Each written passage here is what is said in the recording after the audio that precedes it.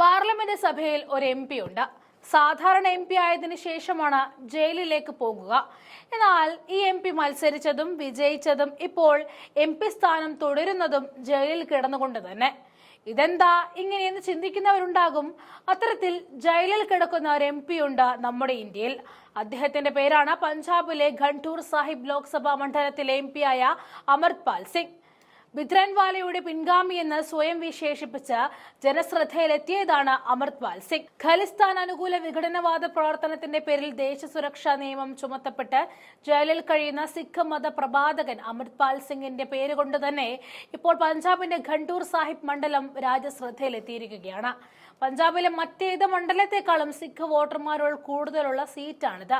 75% മണ്ഡല പുനർനിർണയത്തിന് ശേഷം 2008 രൂപവൽകൃതമായ ഖണ്ടൂർ സാഹിബ് മണ്ഡലം മിനി പഞ്ചാബ് എന്ന് വിശേഷിപ്പിക്കപ്പെടുന്നു.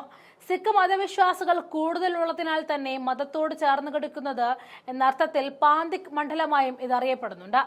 സിഖ് രാഷ്ട്രീയം വിധി നിർണയിക്കുന്ന മണ്ഡലത്തിൽ സ്വതന്ത്ര സ്ഥാനാർത്ഥിയായിട്ടായിരുന്നു അമൃത്പാൽ സിംഗ് മത്സരിച്ചത്. പുറത്തിറങ്ങി സുഖിക്കാമെന്ന് കരുതിയ അമൃത്പാലിനെ വീണ്ടും ഇപ്പോൾ പൂട്ടിയിരിക്കുകയാണ് സർക്കാർ. അമൃത്പാൽ സിംഗിന്റെ തടങ്കൽ പഞ്ചാബ് സർക്കാർ 1 വർഷം കൂടി നീട്ടിക്കൊണ്ടാണ് പൂട്ടിയിരിക്കുന്നത്. ദേശീയ സുരക്ഷാ നിയമപ്രകാരം നിലവിലെ അസമിലെ ദിബ്രുഗഡ് ജയിലിലാണ് അദ്ദേഹം കഴിയുന്നത്.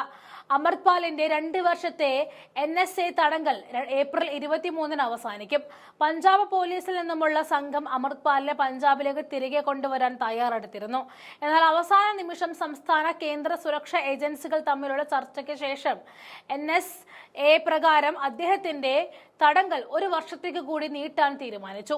അമൃത്സർ ജില്ലാ മജിസ്ട്രേറ്റിന്റെ ശുപാർശ പ്രകാരം ആഭ്യന്തര വകുപ്പ് അദ്ദേഹത്തിന് കസ്റ്റഡി 1 വർഷത്തെ കൂടി നീട്ടാൻ അംഗീകാരം നൽകുകയായിരുന്നു. NSAക്ക് പുറമെ നിയമവിരുദ്ധ പ്രവർത്തന നിയമപ്രകാരവും അമൃത്പാൽ സിംഗ് കുറ്റം നേരിടുന്നുണ്ട്.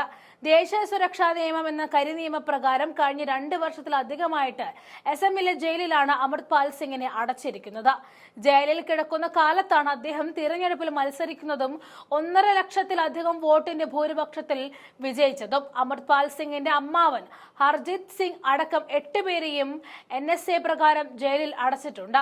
അമൃത്പാൽ സിംഗിന്റെ പിതാവ് ബാബു തർസേം സിംഗും ഫരീദ്കോട്ട് MP സർബ്ജിത് സിംഗ് ഖൽസയും ചേർന്ന് അകാലിദൾ എന്ന പാർട്ടി രൂപീകരിച്ചിട്ടുണ്ട്. അമൃത്പാൽ സിംഗിനെ മുഖ്യമന്ത്രി സ്ഥാനാർത്ഥിയാക്കി 2027 തിരഞ്ഞെടുപ്പിൽ മത്സരിക്കാൻ പാർട്ടി തീരുമാനിച്ചിരുന്നു. ഖലിസ്ഥാൻ അനുകൂല നിലപാടുകളാണ് അമൃത്പാൽ സിംഗിലുള്ളത് എന്നാണ് പ്രധാനമായിട്ടും ആരോപിക്കുന്നത്.